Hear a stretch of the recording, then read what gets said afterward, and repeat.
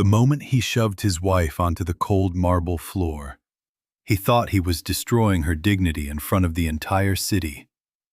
He had no idea he was destroying himself. 500 wealthy guests stood frozen beneath glittering crystal chandeliers as she hit the ground, pain flashing across her face. Her husband stood over her with the kind of contempt that only comes from someone who has mistaken cruelty for power. His mother looked satisfied. The glamorous woman hanging on his arm smirked without shame. The orchestra went silent. Even the waiters stopped moving. And then the head of security stepped forward, his voice slicing through the ballroom like a blade. "Sir, do you understand what you've just done?" The husband turned, still furious, still arrogant, still convinced the room belonged to him. And then the old man said the one sentence that shattered every lie in that mansion. "You have just assaulted the rightful owner of this estate." In a single breath, everything changed. The woman on the floor was not the nobody they had mocked. She was not the burden they had ridiculed. She was not the quiet wife they thought they could break without consequence. She was the sole heir to a hidden billion-dollar dynasty. And the mansion beneath their feet? It belonged to her. But to understand how a woman powerful enough to own an empire ended up humiliated in her own home, you have to go back. Back before the chandeliers. Before the betrayal. Before the secret was revealed. Back to a little girl who was raised to believe that true worth had nothing to do with money, and everything to do with character. This is the story of a woman they called worthless, until the truth forced the entire world to see her value. The ballroom glowed like a jewel box built for royalty. Gold light poured down from enormous chandeliers. A string quartet played near the sweeping staircase. Women in custom gowns moved through the room like polished reflections of wealth and breeding. Men in tailored tuxedos laughed over aged whiskey and imported champagne. Every inch of the space announced power, pedigree, and privilege. And in the middle of all that beauty stood a woman doing everything she could not to be noticed. Her name was Amara Ellison. She stood near the edge of the ballroom with her hands lightly folded, her shoulders drawn in, her face calm in the careful way people become calm when life has taught them that being seen can be dangerous.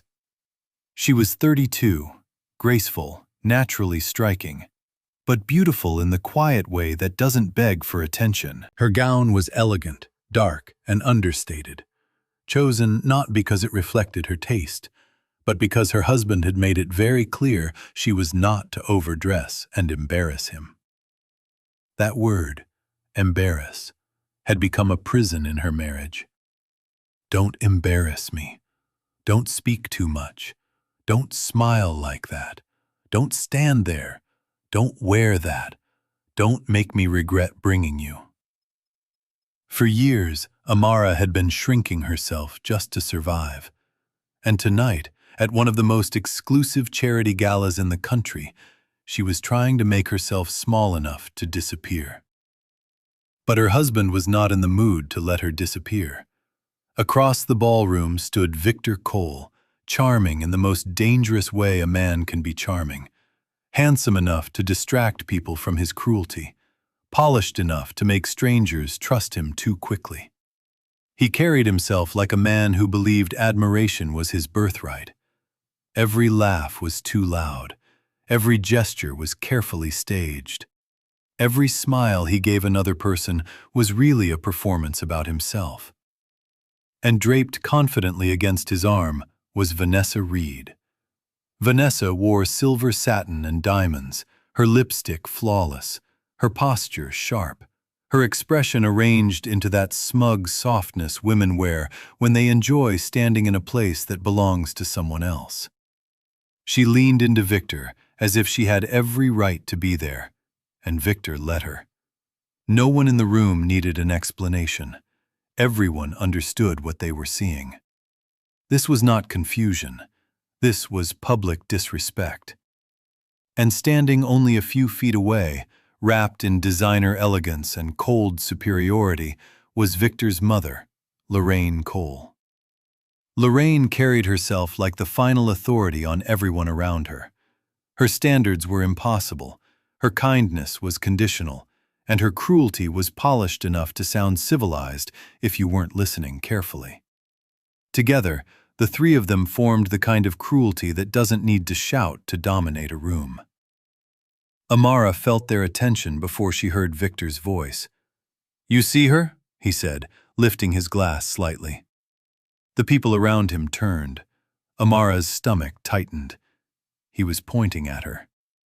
"That," Victor said with a laugh that made several guests uncomfortable, "is my wife." A few strained smiles appeared. No one answered. He continued anyway. "Hard to believe, isn't it? We're at one of the most elite events in the country, and somehow she still looks like she wandered in by mistake." A couple of people looked down at their drinks. One man shifted uncomfortably. No one defended her. Vanessa tilted her head and smiled with open contempt. Maybe she thinks standing quietly makes her look mysterious. Lorraine stepped closer, her voice smooth and poisonous. "I warned him from the very beginning. Some women simply do not belong in certain worlds. You can dress them up, give them access, place them in beautiful rooms, but class does not arrive by invitation." The words landed exactly as intended. Amara felt heat rise behind her eyes, but she kept her face still. She had learned that showing pain only fed people like this. She had spent years teaching herself how to break without making a sound. Victor started walking toward her. The crowd subtly shifted to make room. His shoes clicked across the marble with arrogant certainty. Vanessa followed one step behind him. Lorraine stayed where she was, watching with the bright anticipation of someone expecting entertainment. Victor stopped inches from Amara. "Why are you still here?" he asked, his voice low now, but far more threatening for it. Amara swallowed. "You told me this morning we were coming together." "I changed my mind." His jaw tightened. His eyes were already full of blame. "You standing here makes me look ridiculous." "I've barely spoken to anyone," she said softly. "That's not the point." Vanessa stepped in, crossing her arms. "The point is, your whole presence drags the room down. You always look like someone rescued you from a storm and forgot to finish the job." Amara flinched, though only slightly. Lorraine arrived beside them just in time to sharpen the wound. "My son carries too much dead weight. He mistook pity for love. That's what happens when soft-hearted men try to save women who were never meant to stand beside them." Amara looked from one face to another, searching for even one trace of shame. There was none. Around them, the room had turned into an audience. Rich people are often experts at witnessing evil without interrupting it. They know how to call it awkward instead of wrong. They know how to sip champagne while someone else is being destroyed. Victor grabbed Amara's arm. His fingers dug deep enough to hurt. "I told you not to ruin tonight." Her voice trembled. "I'm not ruining anything." "You ruin everything just by existing in spaces you don't understand." The sentence cut deeper because once, not so long ago, she would have defended herself. Once, she would have reminded him that she was his wife. Once, she would have believed that vows meant something. But life with Victor had taught her a brutal truth. Some people do not want resolution. They want submission. Still, Some last fragile piece of hope inside her whispered the words anyway. "Victor, please." Vanessa laughed under her breath. Lorraine looked bored. And then Victor said, loud enough for the nearby crowd to hear, "You never learn, do you? You still think tears can buy you dignity." Amara's vision blurred. "I loved you," she whispered before she could stop herself. It was the worst thing she could have said, because tenderness gave him something to crush. Victor leaned closer, his face twisting with disgust. "Love?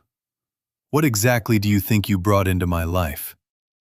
You came to me with no name, no power, no money, no influence, no family worth mentioning.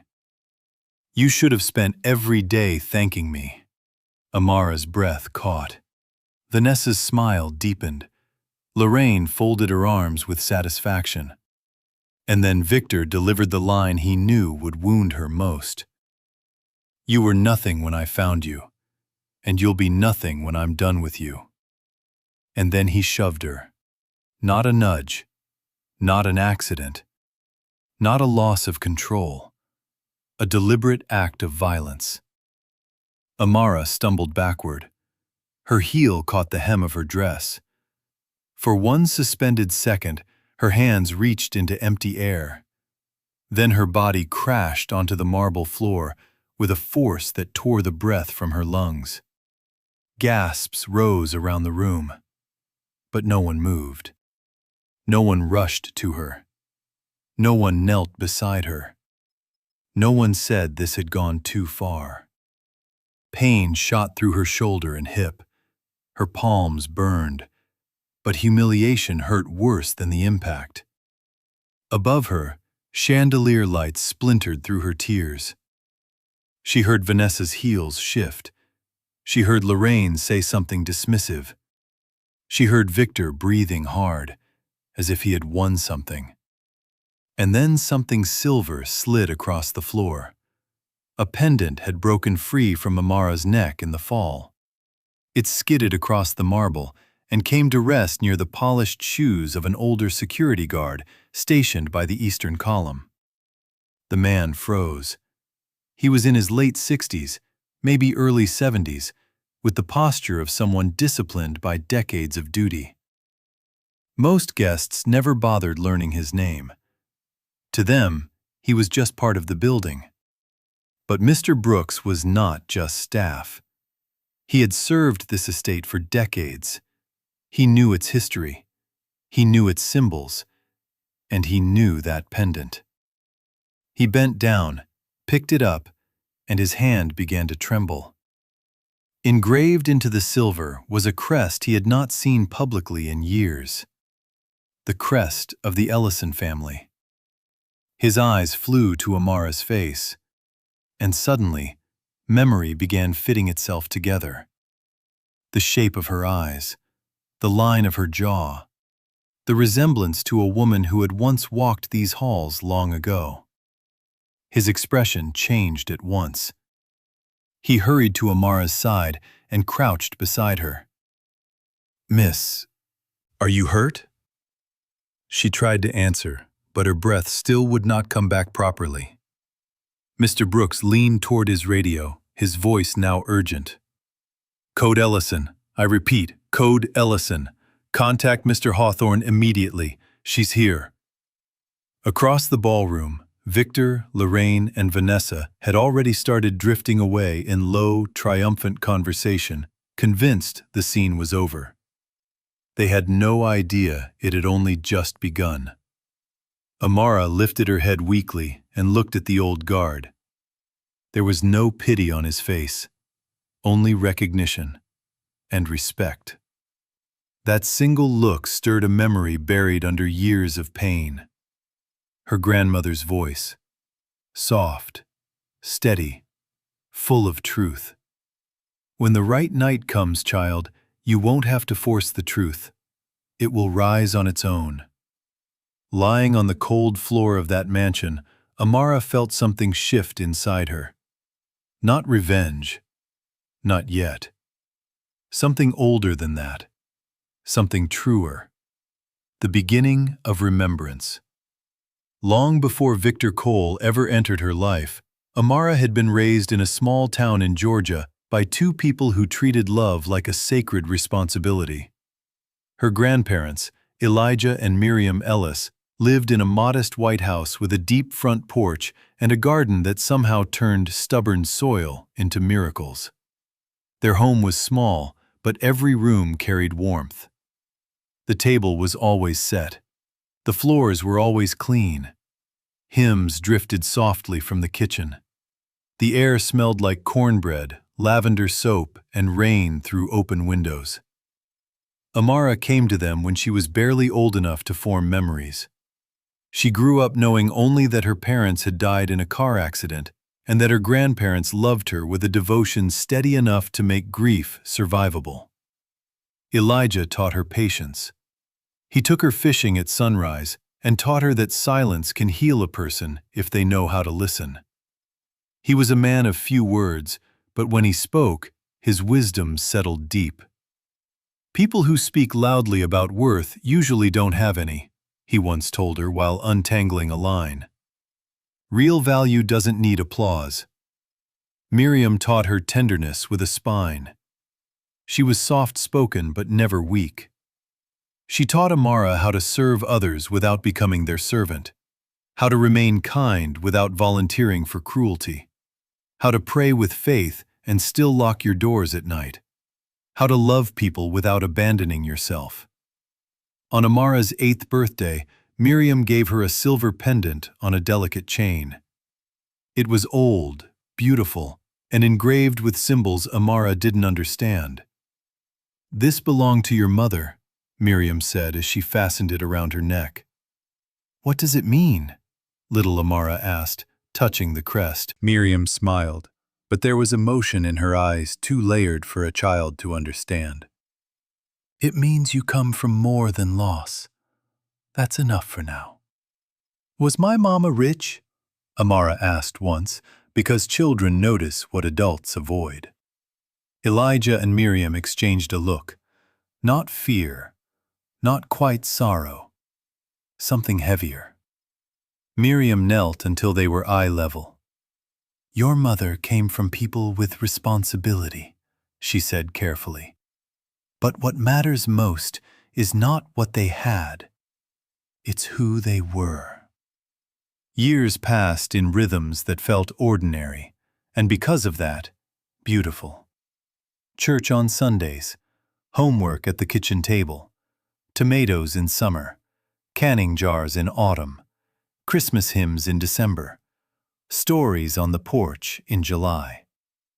Amara grew up without luxury, but never without dignity. If there was mystery around her origins, it was wrapped so tightly in love that she didn't tug at it too hard. She noticed things only half-consciously. The silence when strangers asked too many questions, the old lawyer who visited once a year, the sealed box Miriam kept hidden, the sudden hush when certain names appeared on television. But her grandparents gave her a life full enough that she didn't chase shadows. She became a nurse because caring for people felt natural to her. She liked helping frightened strangers feel safe. She liked competence. She liked purpose. She liked being useful in a way that had nothing to do with appearances. When she graduated, Elijah cried without pretending otherwise.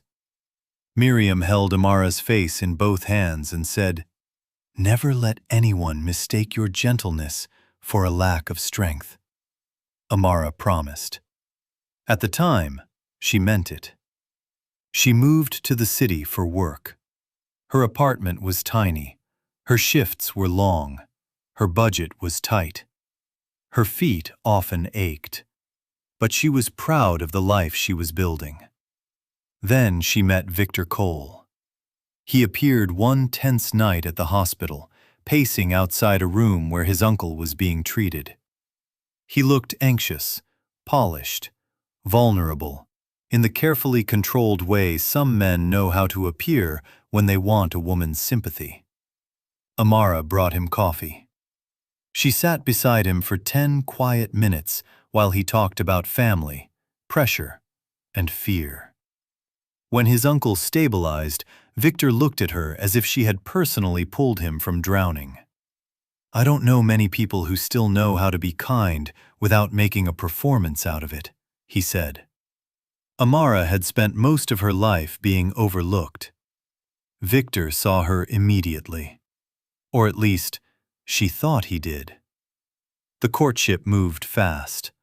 Flowers sent to her apartment. Elegant restaurants she'd never imagined visiting. Messages at sunrise. Long calls late into the night. Admiring looks. Careful praise. He told her he loved her humility. He loved her softness. He loved that she was different from ambitious city women. He said she made him feel grounded. He said she was peace. And when a woman has spent her life trying to be worthy of love, a man choosing her can feel holy. That's how Amara fell. Victor proposed within months, but Miriam did not smile the way Amara expected. After the courthouse ceremony, Miriam pulled her aside and held her hand with unusual force. "If he ever makes you feel smaller than God made you," she whispered, "you come home.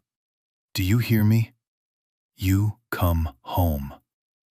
Amara laughed softly. "Grandma, he adores me."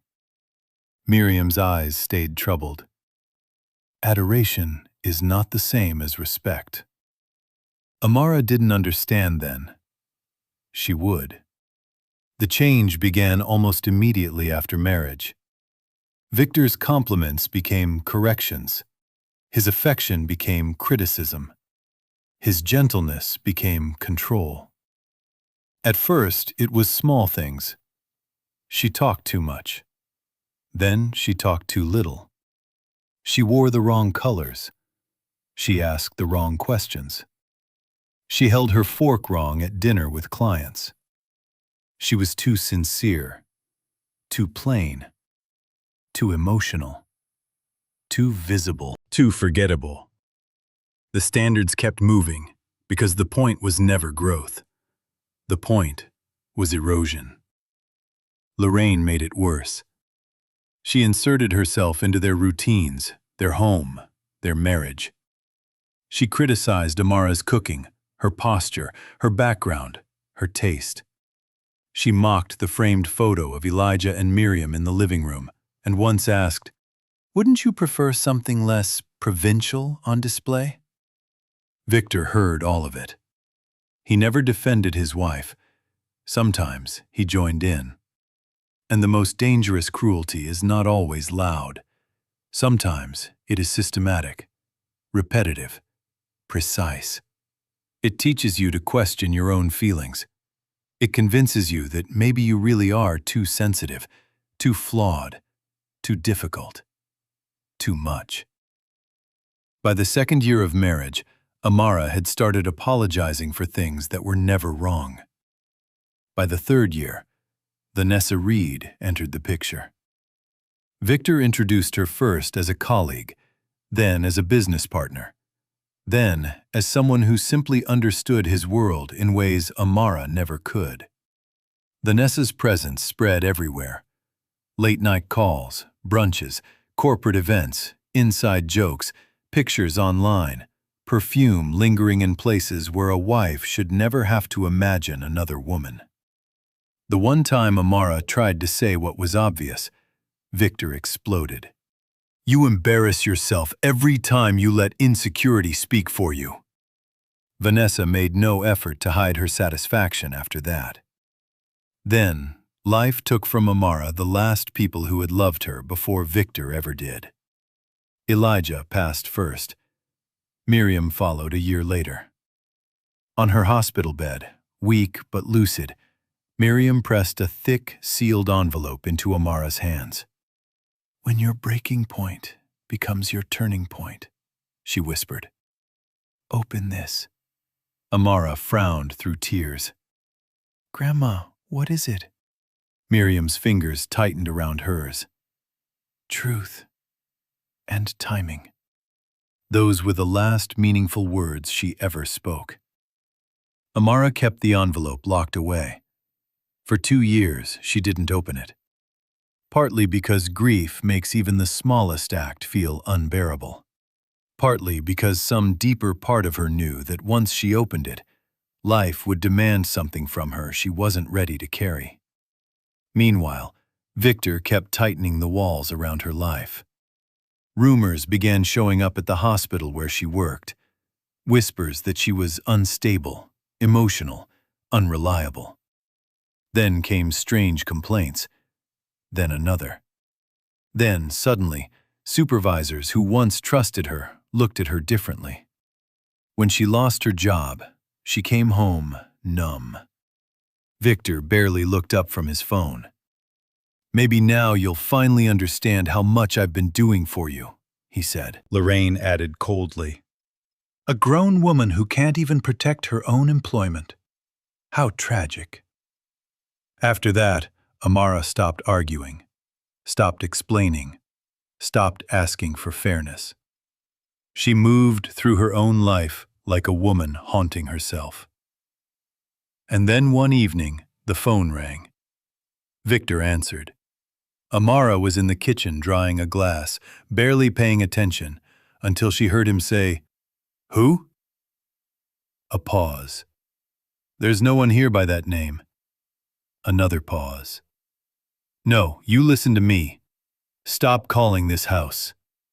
He hung up sharply. Amara turned. "Who was it?"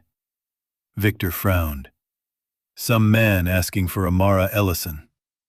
Her maiden name hit her chest like a bell. "What did he want?" Victor shrugged. "Probably a scam." That night, after Victor left to meet Vanessa and Lorraine had gone home, Amara drove to the bank. Her hands shook as she signed for the safety deposit box. She sat alone in the private room, staring at Miriam's envelope for a long time before finally breaking the seal. Inside were letters, legal documents, trust records, photographs, newspaper clippings, and a truth so enormous it made her entire marriage feel like a lie built on dust. Her mother's full name had not simply been Evelyn Ellis. It had been Evelyn Ellison Hawke. Her father had been Julian Hawke. The Ellison Hawke family was not simply wealthy. They were old wealth. Invisible wealth. The kind that does not seek attention because attention has always sought them. Their holdings stretched across real estate, shipping, philanthropic foundations, investment networks, and generational trusts. After her parents died in what the documents described as a suspicious car accident when she was just 2 years old, there had been serious concern that public knowledge of their only daughter could make her a target. So the family trustees, together with Miriam and Elijah, had hidden her in plain sight until her 32nd birthday, when the controlling trust would legally pass into her hands. Included among the documents was the deed to one of the family's crown properties, the estate hosting tonight's gala, the mansion where Victor had just humiliated her, the mansion she had entered several times as his unwanted wife, the mansion that had always belonged to her. Amara stared at the page until the words blurred. Then she saw the final detail. The trust activated today. Her 32nd birthday. Victor had forgotten it. Again. But the trustees had not. The man who had called was Edward Hawthorne, lead trustee of the Ellison Hawke estate. Amara dialed the number written in the documents. He answered on the second ring. There was a brief silence after she said her full name. Then the man exhaled slowly. "Miss Ellison, we've been trying to reach you all day." Amara closed her eyes. "I know." His tone softened. "You've read the documents." Yes. And do you understand what tonight means? Amara thought of the marble floor, Victor's hand, Lorraine's contempt, Vanessa's smile, Miriam's final words. My breaking point, she said quietly, has arrived. Mr. Hawthorne understood instantly. I'll meet you at the estate. Amara looked down at the silver pendant resting in her palm. For the first time in years, she did not feel small. Not because she had money, because she finally understood that the lie she had been forced to live inside was never the truth of who she was. She went back. Not to beg. Not to scream. Not to prove anything. She went back because erasing herself had ended. By the time Amara returned to the gala, the room had resumed its rhythm on the surface. Music had started again, though thinner now. Conversations had restarted, though more cautious. The wealthy are very skilled at pretending a scandal has passed, when in reality it has only paused. Victor stood near the bar with Vanessa and Lorraine, talking low and fast. He looked irritated, not ashamed. Lorraine seemed offended on his behalf. Vanessa sipped champagne with the expression of a woman congratulating herself on a successful move. Then the ballroom doors opened. A hush spread almost instantly. Amara walked in with quiet command, her posture transformed not by arrogance, but by certainty. Beside her walked Mr. Hawthorne, silver-haired, impeccably dressed, carrying the kind of gravity that comes from years of managing power, legacy, and secrets. Behind them moved a discreet but unmistakable security detail. Victor saw her first. His face darkened immediately. He strode toward her. What are you doing back here? Amara did not answer. That unsettled him more than any insult could have. I told you to leave, he snapped. Do you enjoy humiliating yourself? Lorraine arrived, furious. Security should have removed her already. Vanessa looked Amara up and down with contempt. This is desperate, even for you. Still, Amara said nothing. Then Mr. Hawthorne stepped forward. I strongly advise all three of you to lower your voices. Victor turned to him, offended on instinct. And who exactly are you? Edward Hawthorne. He let the name settle. A few guests nearby reacted first. Old money recognizes itself quickly. Mr. Hawthorne continued. Chief trustee of the Ellison Hawke family estate. A ripple moved through the ballroom. Victor frowned, confused but still combative. I don't care who you are. This is a private event. Mr. Hawthorne's eyes cooled. You are correct. It is private property. Victor opened his mouth again, but Mr. Hawthorne did not let him retake the room.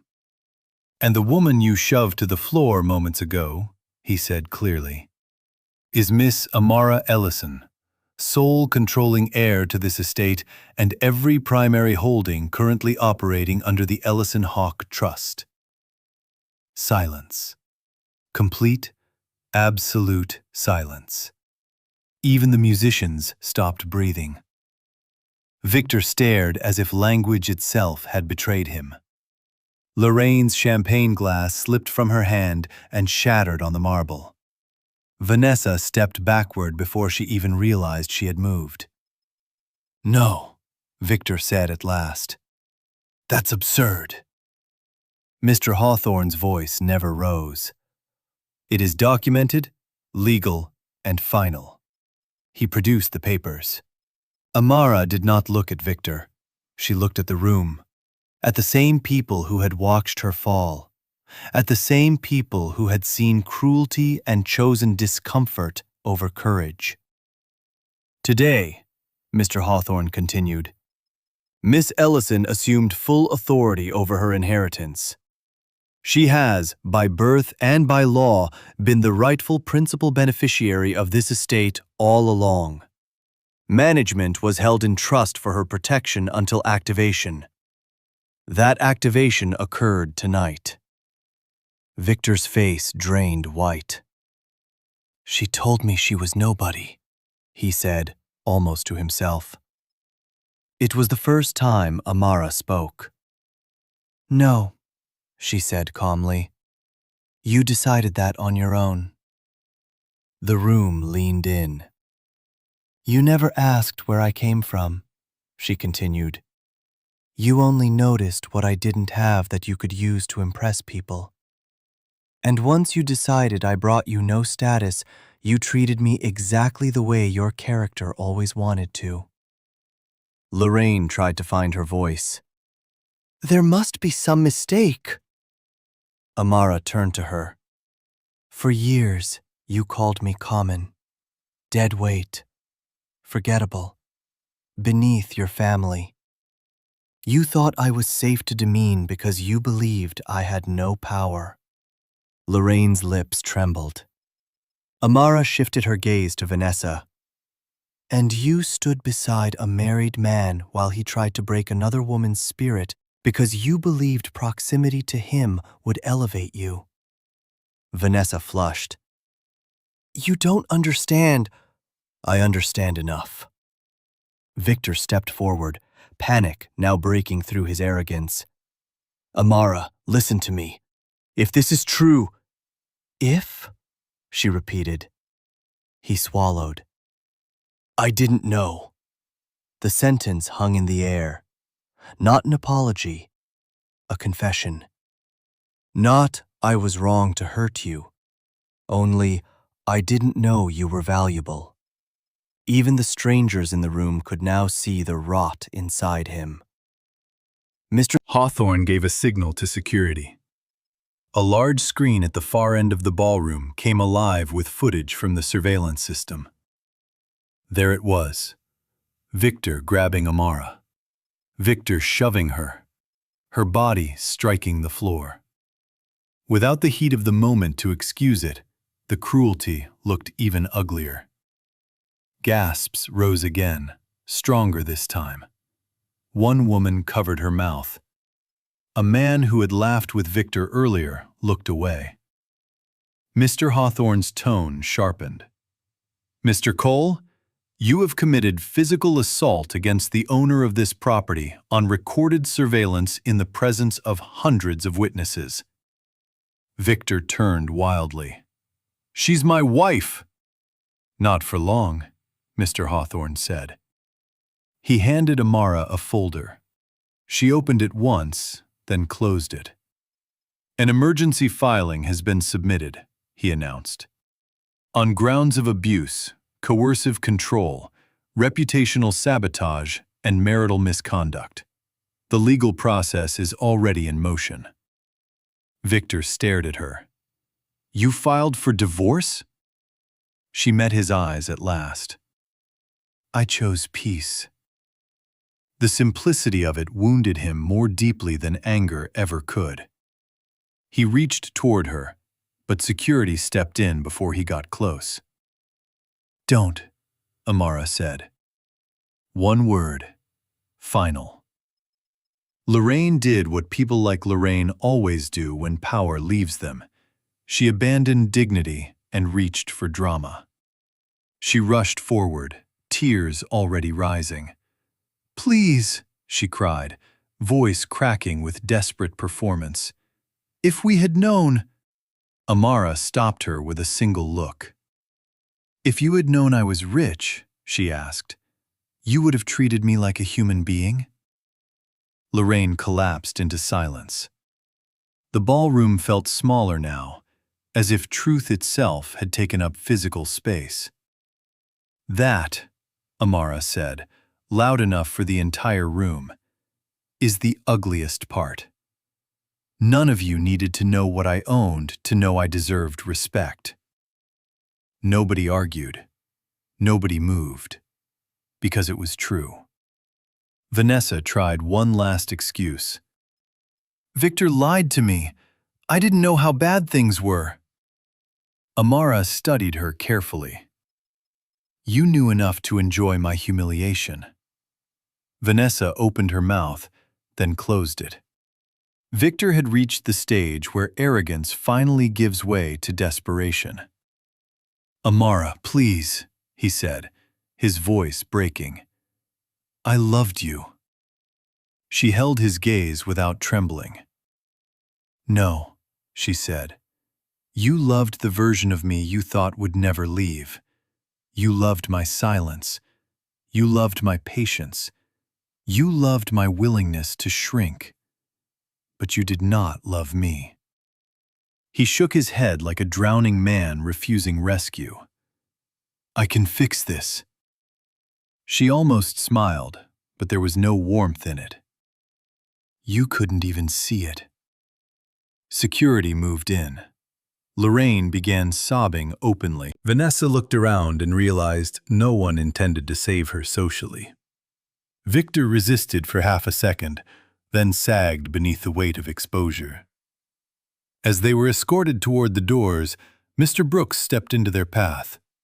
His voice was respectful, but his eyes held steel. I served Miss Ellison's family before any of you ever entered this house. I watched her parents build their lives with decency. I watched this estate stand for legacy, not vanity. And tonight, all three of you mistook gentleness for weakness. Then he looked directly at Victor. That mistake cost you everything. The doors closed behind them. The room remained still. Amara drew in a slow breath, the first full breath she had taken all evening. Mr. Hawthorne turned to her gently. Miss Ellison, would you like the gala ended? She looked around the ballroom, at the chandeliers, at the guests, at the polished floor where she had fallen, at the walls that had once belonged to her parents, then to trustees, and now finally back to her. No, she said. Then she stepped forward alone. Her voice carried without effort.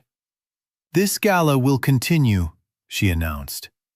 But from this moment on, every pledge made tonight will go to women escaping abuse and children growing up without stable homes. A murmur moved across the room. Amara continued. In honor of the grandparents who raised me, in honor of the parents I barely got to know, and in honor of every person who has ever been treated as if their lack of status made them less deserving of kindness. The applause began softly, then spread. Not because the room had suddenly become noble, but because truth has a way of making cowardice feel visible. The days that followed were merciless. Victor lost everything quickly. Once the footage began circulating through the same circles that had once welcomed him, doors closed with astonishing speed. His firm suspended him, then dismissed him. Business partners distanced themselves. Invitations disappeared. His carefully constructed image collapsed beneath the weight of what had finally become undeniable. Lorraine's world fell apart almost overnight. The same women who once praised her taste and fought for her attention suddenly remembered prior commitments. Charity boards removed her quietly. Social clubs stopped returning her calls. She learned the brutal truth that people who worship status rarely stay loyal to someone who has become a stain. Vanessa released a polished statement through legal counsel, claiming she had been deceived, distressed, and deeply saddened by recent revelations. It protected her somewhat, but not enough. Reputation can survive mistakes. It rarely survives public association with cruelty. Victor tried again and again to contact Amara. Letters, calls, emails through attorneys, messages through mutual acquaintances. The answer never changed. No. 3 weeks later, he appeared at the estate gates. Mr. Brooks called Mr. Hawthorne. Mr. Hawthorne asked Amara whether she wished to see him. She stood in the private study, morning light spilling across old wood and restored family photographs. For a long moment, she said nothing. Then she answered, "No. Let him leave with the truth. It's more than he ever gave me." Mr. Brooks delivered the message himself. Victor broke down at the gates. Not beautifully, not dramatically, just the way broken arrogance usually does. Messy, stunned, stripped of performance. "I lost everything," he said. Mr. Brooks looked at him with a sadness that was not sympathy. "No," he replied. "You lost someone who loved you before she knew what she owned, and before you knew what she was worth. Fortune can be rebuilt. That kind of love usually cannot." Victor asked if he could at least tell Amara he was sorry. Mr. Brooks answered with quiet finality. "Sorry is for accidents. You built a habit out of harm." Victor never came back. Freedom did not arrive all at once for Amara. That is one of the great lies people tell about survival, that once the villain is exposed, healing becomes easy. It doesn't. Pain leaves echoes. There were mornings when she still woke tense, moments when she second-guessed simple choices because years of criticism had trained her to fear being wrong. Rooms where she still instinctively made herself smaller. But now she had something she had not had in years. Space, silence, support, truth. And under the care of those things, she slowly began returning to herself. She learned the architecture of her inheritance slowly, not greedily. She met with trustees, historians, attorneys, and foundation directors. She read the letters her parents had left behind. She walked through old wings of the estate that had been closed for years. She stood in libraries, gardens, and portrait halls where traces of her bloodline remained, not as a crown to wear, but as a responsibility to carry well. Her parents, she discovered, had never wanted legacy measured only in numbers. They believed wealth should repair, not dominate. So Amara rebuilt the family foundations in their spirit. She funded safe housing networks for women leaving violent homes. She created scholarships for students from overlooked communities. She expanded grants for rural hospitals, because she never forgot the hospital halls where she had once worked long shifts on aching feet. She launched counseling programs for children surviving grief. She restored parts of the estate and transformed other parts completely. The grand ballroom, where she had been shoved to the floor, became a public events space dedicated to community programs and annual charity fundraising. The West Wing became an education center. The gardens reopened for families, mentorship gatherings, and healing retreats. Several unused properties under the trust were sold, and the proceeds were redirected into long-term philanthropic structures. Reporters tried for months to turn her into a spectacle. The humiliated secret billionaire wife, the silent heiress, the woman who rose after being broken. Amara refused to become a headline-shaped person. She gave one brief statement. No amount of money changes a simple truth. Human dignity should not depend on status. If my story means anything, let it remind people to stop measuring worth by what can be displayed. And then she returned to the work. Months later, she drove back to Georgia. The cemetery was quiet. The grass moved softly in the wind.